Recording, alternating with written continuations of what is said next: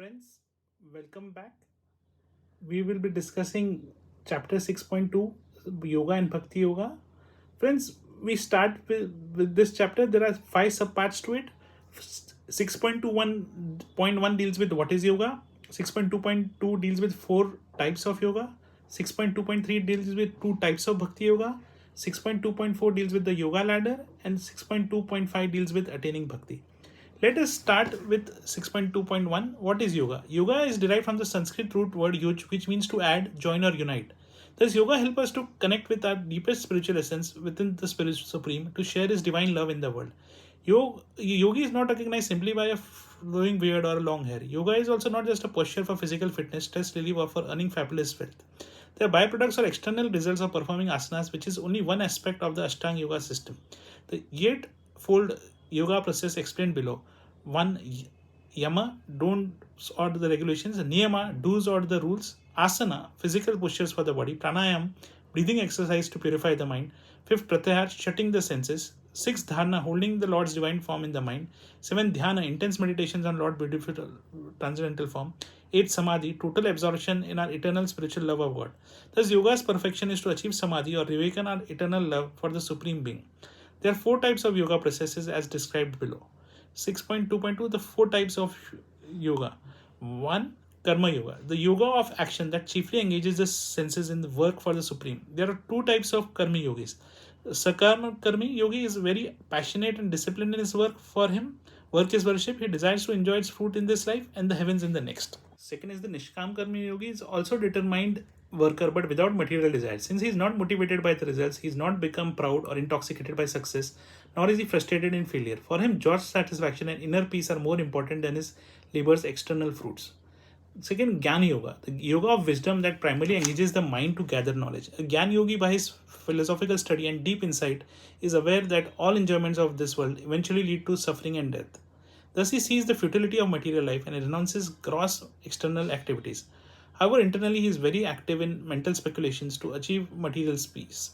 An advanced Jnani Yogi seeks complete liberation from all sufferings by merging into Supreme Lord's Brahmajyoti effulgence. Ashtanga Yogi, the eightfold system, is also called Raj Yoga or the royal path of perfection. It begins with physical asanas and advances to meditation on the beautiful Supreme Lord with one-pointed intelligence. The first four steps are called Hatha Yoga, while the remaining four are Dhyana Yoga. The beginner Astanga Yogi may convert material siddhis or mystic powers in this world. The perfect yogi desires to return home to the spiritual planets. Bhakti Yogi, the yoga of love, is the ultimate goal of all yoga systems. When we surpass Astanga Yoga, we come to the culmination point of Bhakti Yoga, or the pure soul's unalloyed devotional service to the Supreme Personality of Godhead. Karmi Yogi regulates the senses. Jnani Yogis use his mind for mental speculation. Dhyana Yogi focuses the intelligence in meditation, and Bhakti Yogi imbues the entire being, body, mind, intellect, and soul, in pure love for God. The 6.2.3 deals with two types of Bhakti Yogi. First, pure Bhakti Yogi. There are 9 processes of pure Bhakti Yogi offered to the Supreme Lord in spontaneous love. Srimad Bhagavatam 7.5, 22 to 23. Though the evolved Bhakti Yogis elevate to the Vaikuntha or Golok planets in the spiritual world. Example of devotees who have achieved perfection in each of the processes. Process Shravanam, meaning hearing the glories of the Lord, perfect devotee Parikshit Maharaj. Kirtanam, meaning chanting his glories, perfect devotee Sukdev Goswami. Smaranam, remembering the Lord, perfect devotee Prahlad Maharaj. Archanam, worshiping the deity of the Lord, perfect devotee Prithu Maharaj. Vandanam, offering prayers to the Lord, a perfect devotee Akurura. Pad Sivam, serving the lotus feet of the Lord, Lakshmi Devi. Sakyam, acting as Lord's servant, Hanuman. Sakyam, Lord as Supreme Friend, Arjuna. 9. Atmanivedam, surrendering everything to the Lord, Bali Maharaj. Second, mixed Bhakti Yoga. There are 3 preliminary stages of Bhakti or mixed devotional service. Karma Mishrit Bhakti, Gyan Mishrit Bhakti, and Yoga Mishrit Bhakti. Karma Mishrit Bhakti, devotional service tainted with material desires. Such devotees reach the heavenly planets as demigods after death. Gyan Mishra Bhakti, devotional service mixed with speculative knowledge and renunciation. Devotees attain the higher material planes of Maharloka, Tapaloka. Yoga Mishra Bhakti, devotional service plus desire for mystic powers. This devotee ascend to the higher planets in the material or spiritual sky, depending on their yogic powers and devotion. The yoga ladder, the path leading up to God is like a ladder. The 4 yogas are steps on the yoga ladder with pure Bhakti Yoga as the topmost rung. These yogas are not divergent paths with their own destination but progressive milestones on Bhakti highway. If the yoga systems are a 100-story building, Karma Yoga can climb to the 25th floor, Jnana Yoga to the 50th, Dhyana Yoga up to the 75th floor. Beyond that, we need help of pure Bhakti Yoga to reach the topmost floor. However, we can enter into the express elevator of bhakti by the blessed association of devotees at any stage.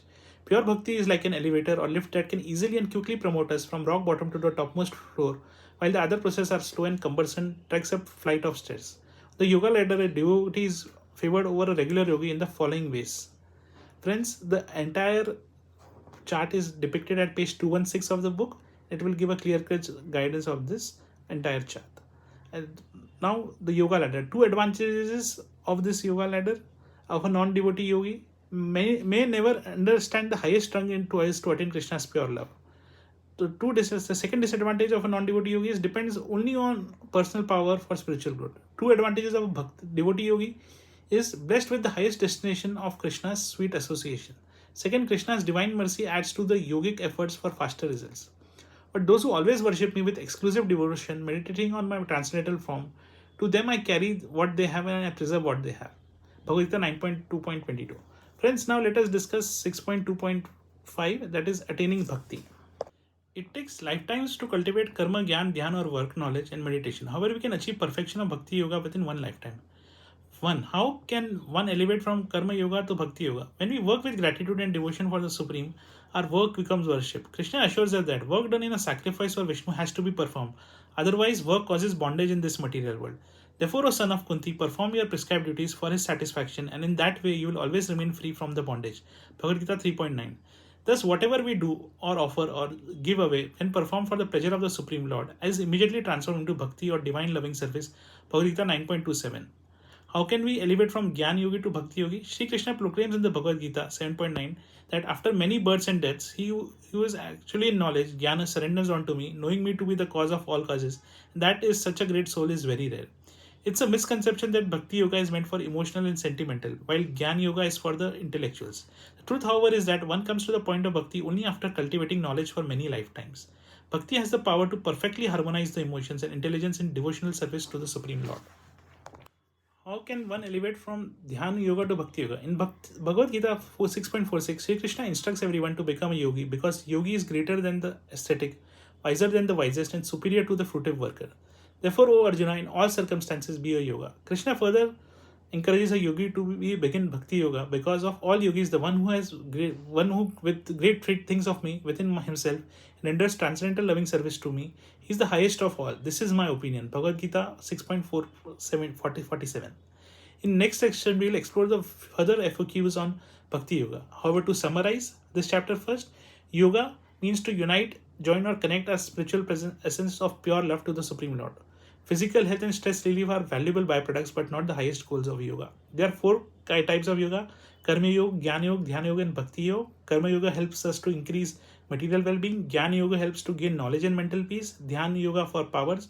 Bhakti Yoga engages our body, mind, intelligence and our very soul in pure love for God. Third, pure Bhakti Yoga consists of 9 processes of pure devotional service. Mixed Bhakti Yoga has additions of Karma, Jnana and Dhyana. Bhakti Yoga is like a fast elevator to directly reach the spiritual world's top floor. Other yoga processes are like walking up long, cumbersome staircase that depend only on efforts. We can enter the elevator of Bhakti at any point and receive the grace of the Supreme Lord. Fifth, Bhakti Yoga includes the benefit of all our other yoga parts. Only by Bhakti Yoga can we enter the spiritual world. Thank you so much for the patient hearing.